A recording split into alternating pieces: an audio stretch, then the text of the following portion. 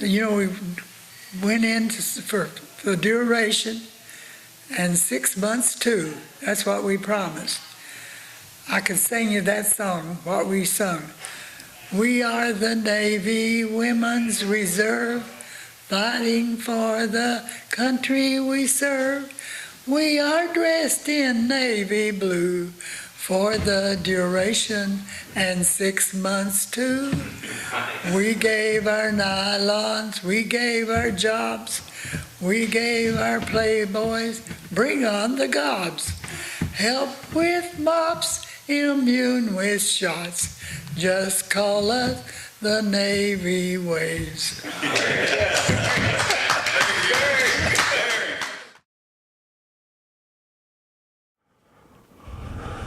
I got to name all the ships that we... 10/22 here. On 10/22/62, President John F. Kennedy ordered a blockade for around Cuba.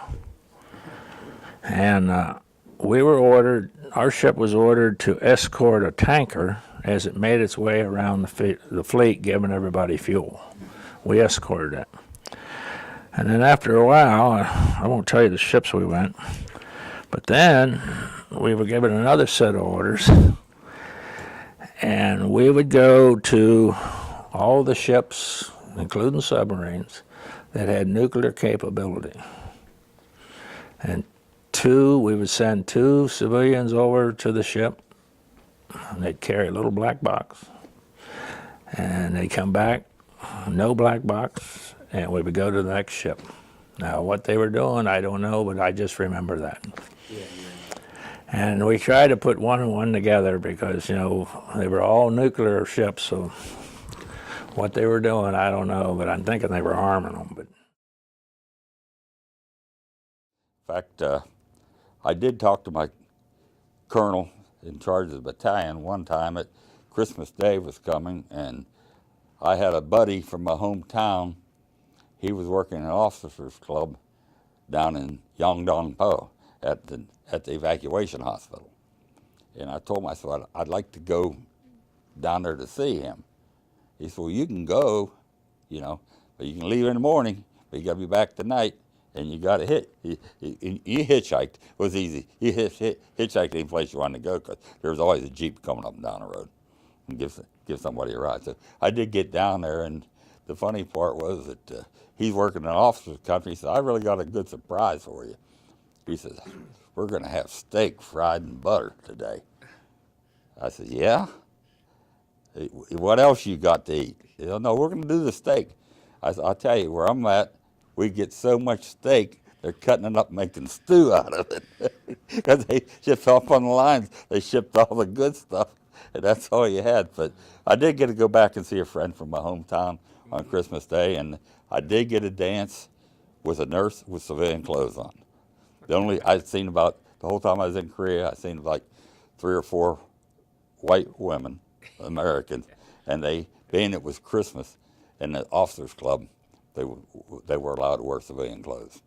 And I got to dance with one of my Mickey Mouse boots. Here I am, I got Mickey Mouse boot, my rifle, my ammo, bandolier on, and they're all dressed up.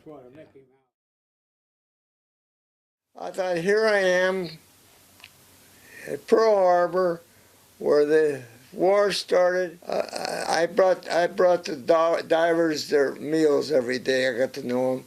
And this one day when I was in my barracks, they called for me to report to the divers down that they had some bodies they wanted me to take up to the main gate. The divers had taken the last 2 bodies off the Arizona, put them on a flatbed trailer, and had me haul the last 2 bodies to the main gate. Always, everything went on a 2-week cycle for training them. Every morning, every afternoon, every evening, we'd fire. This one was, I found out later, I became friends with him. He was the captain of PT 109. And I was kind of impressed by him. He was a very nice guy. What amazed me was the two officers didn't have to obey me. They could have left their gun crew, all their crew, handle the ammunition. But the two officers came in the car, the ammunition car, and I would take a tank of 40 millimeters, which has 12 rounds, take that and lower it down, and this first officer which was Jack Kennedy.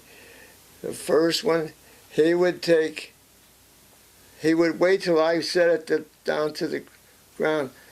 I found out later that he had a bad back, and that's why he always would wait till I set it down on the deck of the